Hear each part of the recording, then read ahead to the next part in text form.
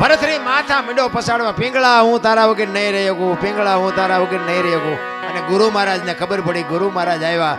ગુરુ મહારાજના પગમાં પડીને ભરથરી કરગરે છે, બાપુ બાપુ આને કંઈક કરો, બાપુ આને હજીવન કરો, બાપુ આને હજીવન કરો. ગુરુ મહારાજ કે આ તમે જ ઊભું કર્યું છે ને, હવે તમે મને કહો છો ઊભો કરો આને. આ કરવાની જરૂર શું હતી? એ કે બાબુ તમારા પગ પકડું, મારી ભૂલ થઈ જાય, મારું આમ થઈ ગયું, મારું આમ થઈ ગયું.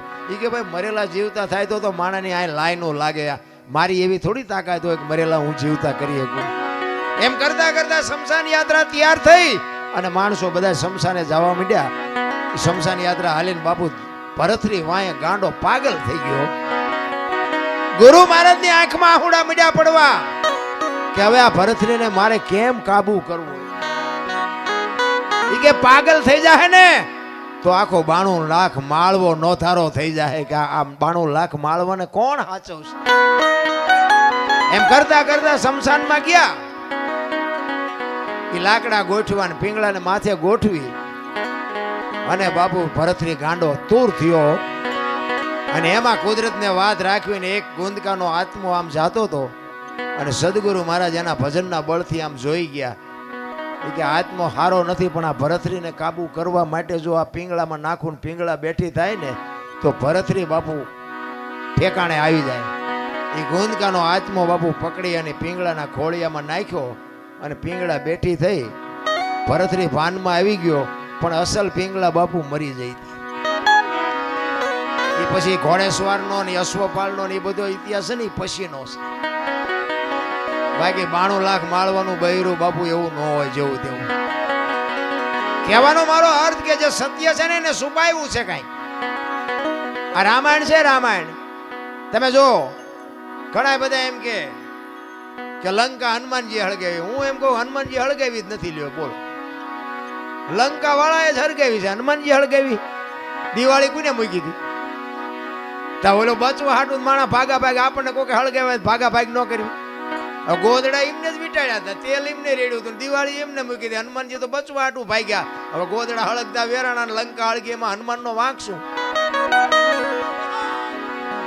હનુમાનજી લંકા હળગાવી, હનુમાનજી હળગાવી જ નથી. અને આખી દુનિયાને ખબર છે પાકું કોઈ કરતું જ નથી. બીજી વાત તમને કરું કે સીતાજી જનક મહારાજની દીકરી મિથિલા નરેશ હવે શિવ ધનુષનું ઘોડો ઘોડો કરીને ફરતા હતા. અને પછી જનક મહારાજ જોઈ ગયા કે હવે આ શિવ ધનુષને મારી દીકરી જો ઘોડો ઘોડો કરીને ફરતી હોય તો આના મૂર્તિયા હાટું શું? આના માટે મૂર્તિઓ મારે કેવું ગોતું?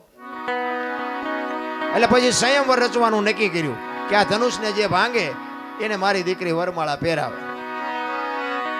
હવે ઈ સંયમવર રચ્યો ને એમાં કે રાવણ હતો એવું કહે છે. હાચું ખોટું મારો રામ જાણે હો.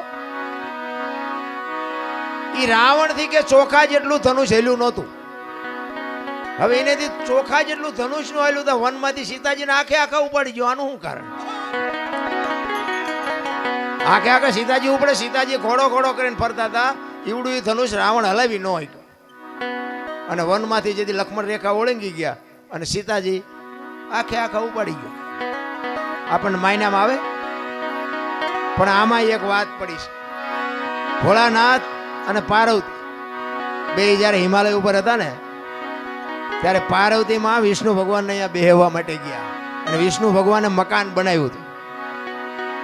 એટલે લક્ષ્મીજી બધું બતાવવા માંડ્યા. જો આ મેં મકાન બનાવ્યું, અહીંયા અમારે જમવાનું ને, અહીંયા અમારે રહેવાનું ને, અહીંયા હુવાનું ને, અહીંયા રસોડું ને, અહીંયા ફલાણું ને, અહીંયા ફલાણું.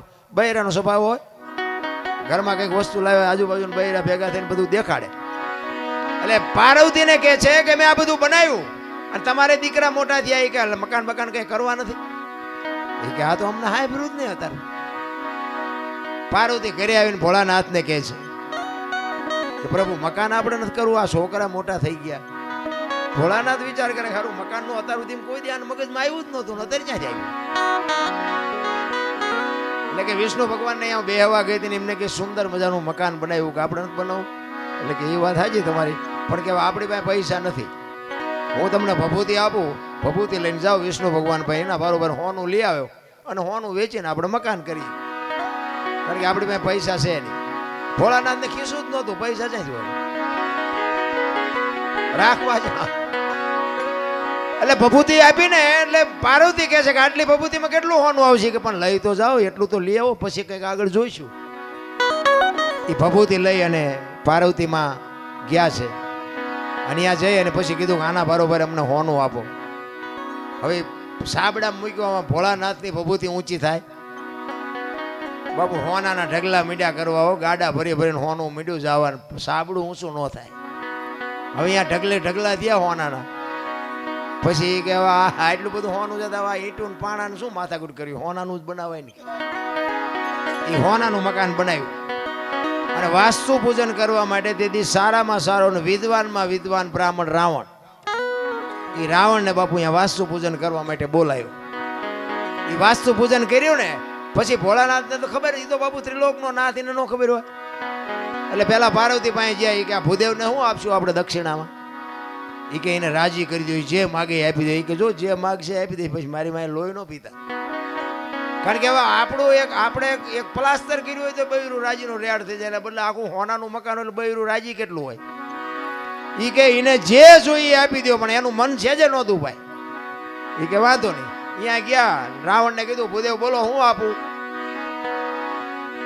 એ કે જે આપવું એ આપો. ને કે ના તમે માગો એ આજ આપવું છે. એ કે આવું મારે એક મકાન જોયું છે. ભોળાનાથ કે તથાસ્તુ. પાર્વતી પાસે આવ્યા. એ કે હાલો કે ચિંપા કે મહણિયામાં. એ કે કાં? એ કે આ મેં બામણને આપી દીધું દક્ષિણામાં. એ કે હું કામ આપ્યું? એ કે કકળાટ ન કરશો, તમને પહેલા પૂછીને ગયો તો કે માગે એ આપી દઈશ. અને પછી બાપુ પાર્વતી ગયા અહીંયા રાવણની પાસે, અને રાવણ પાસે જઈને બાપુ પાર્વતી કહે છે કે ભૂદેવ ભૂદેવ માંડ માંડ મકાન બનાવ્યું ને તમે લઈ લીધું ને, લઈ લ્યો, પણ આ મકાનને જો એક દી ભડકે ન બાળું તો હું શક્તિ નહીં લખવું, અહીંયા લખી લેજો. આ સીતાજીને બાપુ અહીંયા જવાનું જ હતું. નકર સીતાજીની બાપુ એની સામે દ્રષ્ટિ પડે ને તો રાવણની રાખ બાપુ આ ધરતી ઉપર ન પડે, રાખ ઉડી જાય. ઈ દીકરી હતી સીતાજીને. તમે શું માનો છો? એની તાકાત જ નથી કે રાવણ એની સામે દ્રષ્ટિ કરે. અને રાવણે બાપુ સીતાજીને ઉપાડ્યા ને તારે માં કહીને ઉપાડ્યા છે કે માં તું આવ્યો ને તો મારો બાપ આવે, અને ઈ મને મારે ને તો મને મુક્તિ મળે, અને અહીંયા આવે ને તો મારી લંકા પવિત્ર થાય. બાપુ રાવણ જેવો તેવો નહોતો. ચાર વેદ જેના મોઢે હોય, નવ ગ્રહ જેને ઢોલીએ બાંધ્યા હોય, પવન પાણી ભરે વાહ વાસીદું કરે, ગણે ગાયું ચારે, રવિ રસોઈ બનાવે, શિવ જેનો ભંડારી હોય, યમના દૂત બાપુ એને રજા લેવા આવવું પડે કે અમે એનો જીવ લેવા જઈએ છીએ. એ અને આ ધરતી ઉપર 14 ચોકડીનું રાજ કર્યું રાવણે. સતયુગ, દ્વાપર, ત્રેતા ને કળિયુગ, 4 યુગની એક ચોકડી થાય. 14 ચોકું ને 56 યુગ સુધી આ ધરતી ઉપર રાવણ રહ્યો છે એવું કહે છે સંતો. કેટલું એનું તપોબળ છે, કેટલો વિદ્વાન છે. અને રામ ને બાપુ ઠેઠ ત્યાં સુધી થકો થયો તો બાપુ એનું ભજન તો કઈ કહેશે ને. પણ આપણને છે ને કઈ આમાં સમજાતું જ નથી. આપણે મને તો એમ થાય કે ચારે બાજુ કથાયું વંચાય છે, ધૂનું બોલાય છે, ભજન થાય છે, માતાજીના માંડવા થાય ને, હવન થાય ને, પ્રતિષ્ઠાયું થાય ને, મંદિર થાય, તો બગાડ કાં નથી ઉભો રહેતો? વિચારવા જેવું તો છે ભલામણા. કઈ આપણા ગઢ આવું કઈ કરી જ નહોતા શકતા. તો આ ચોરી ને લોટપાટ ને મારી નાખવાને, તોડી નાખવાને, અત્યાચાર ને ગમે એની દીકરી ઉપાડી જાવી, આ બધું તમે જોવો તો ખરા કેટલું બધું અંધારું હાલ્યું જાય. તો આ કથા એવું વંચાય છે ખોટું છે? એ કેમ કેવું ખોટું છે? હવે આમાં માણસના જીવનમાં જો ઉતરે નહીં આ વાત તો આ કથામાં ફાયદો કોને? મંડપ વાળાને, સાઉન્ડ વાળાને, સાજિંદાને, અમારા જેવા કલાકારને, રસોઈયો હોય એને, બાકી કોને ફાયદો?